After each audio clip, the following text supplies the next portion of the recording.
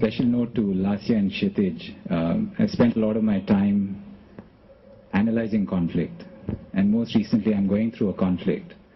And let me share with you how I manage that conflict. If the two of you can take away something from this, I'll consider this talk to be very successful. I had some other theme, but I just want to break away into this. Sometimes the best way to resolve a conflict is to apologize. Someone sent me a nice note about what an apology is. That an apology is not a statement that you are wrong and the other person is right. Normally, what do we think about an apology? I'm sorry, I'm not supposed to cross this line, otherwise it's going to echo, so I'm going to stay at the back a bit. So when you think of an apology, what is it that you think? Well, standard definition of apology. You apologize when you are wrong and the other person is right. That's what common knowledge is about an apology. But try this. I've tried this many times. It's worked really well. That is, you apologize not because you're wrong and the other person is right, but you apologize as a statement that the relationship is more important than your ego. So you used a few keywords in your talk. You talked about conflict, you talked about relationship, you talked about ego. But when you apologize as a statement, suppose you have a fight with your dad. Right? You could be right, your dad could be wrong. But your dad will invariably think that he's right and you're wrong. Right? So try apologizing to him. And sometimes when you do that, and you don't have to do it all the time, you don't have to become a doormat, but in critical moments when you do that, you're making the statement that the relationship is more important than your ego. I'll give you a small example. I'm going to cut into my main talk, but this is an interesting thread, so I'll share an example that recently happened in our company. I sent out this email, I think at around 5:10 in the evening, where someone sent me this email about what an apology is. That an apology is a statement.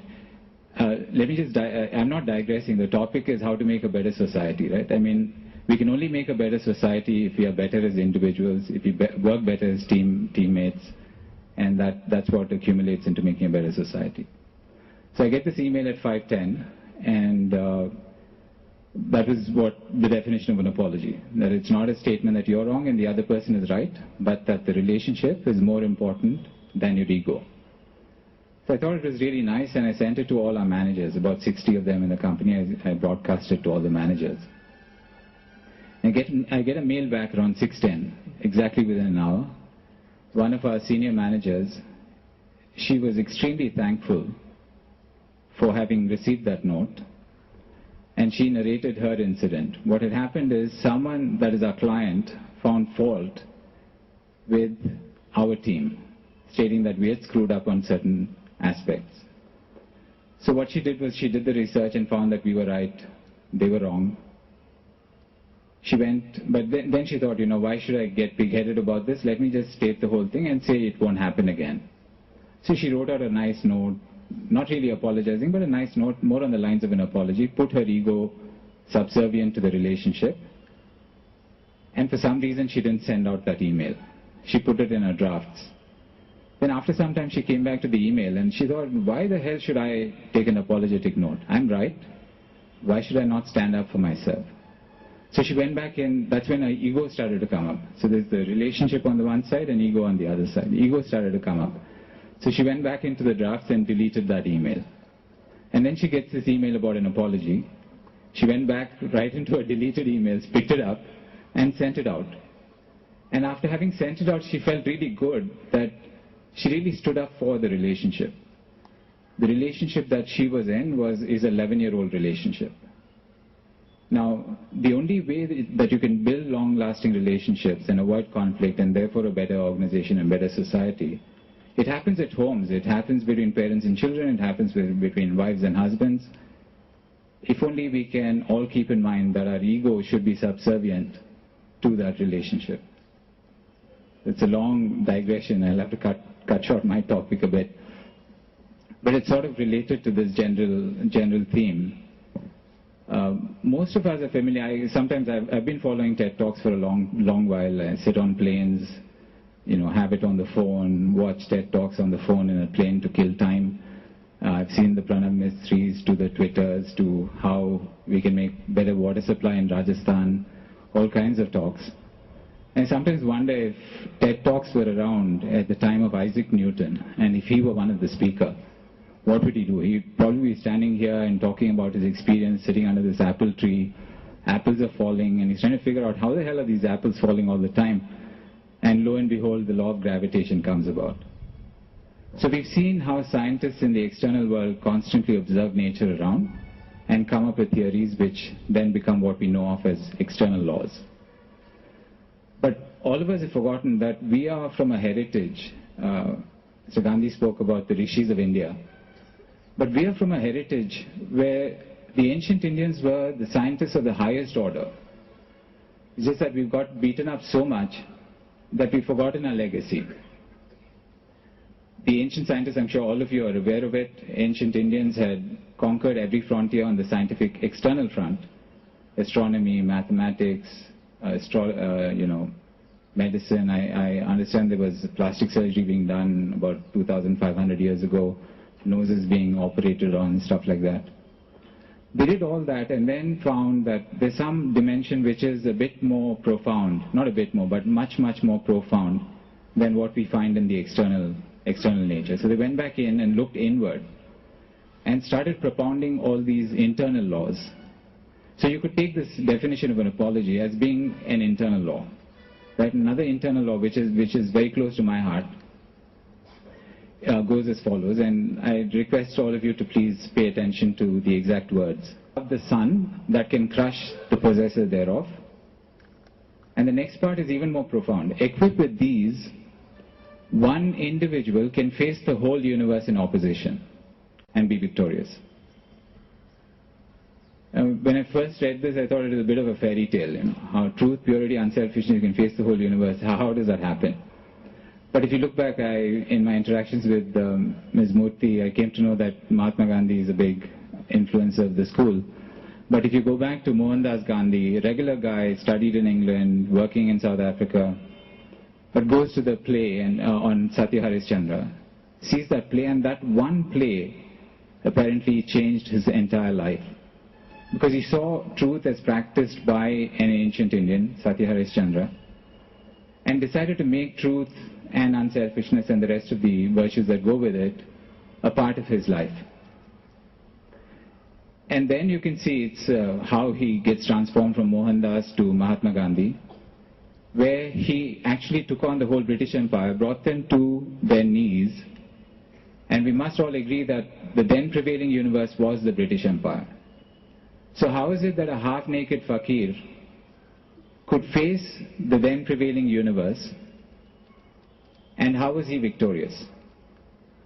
It seems like a fairy tale, but it did happen. He is the father of our nation. But some of us might think, okay, that happens once in a few centuries, but how is that relevant to us? So I'd like to end by just sharing our own story, where unknown to us, this virtue of unselfishness was shaping how we evolved.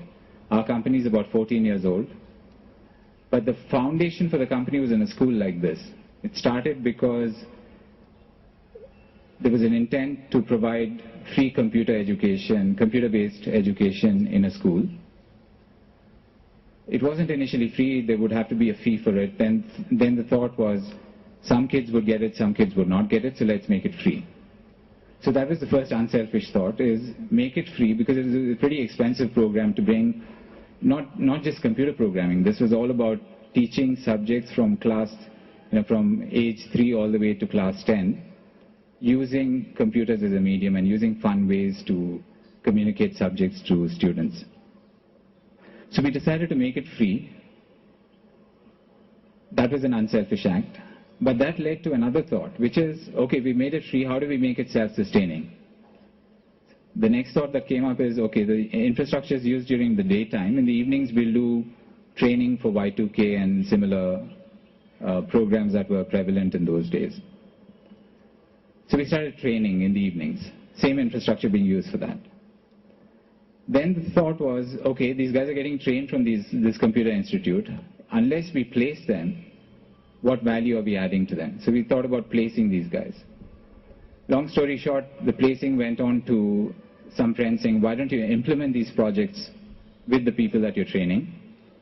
And very quickly we landed, within about 5 or 6 months, we landed our first offshore project. This is back in July 97.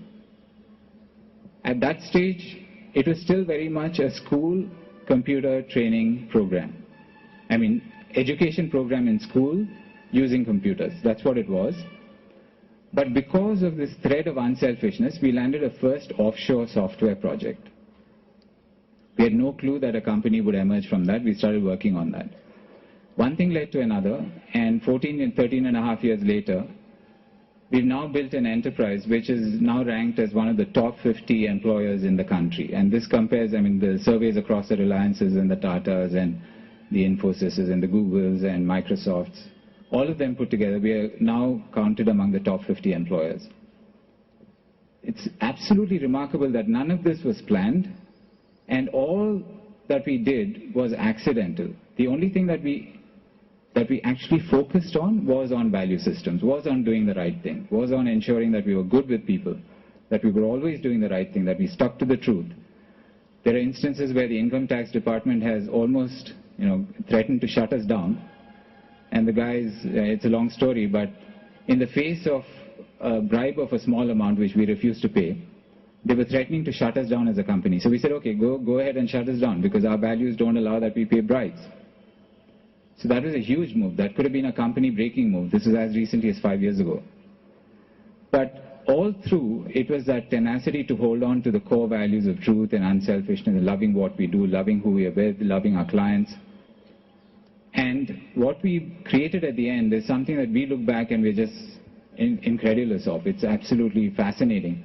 For me, it's not a company that I run.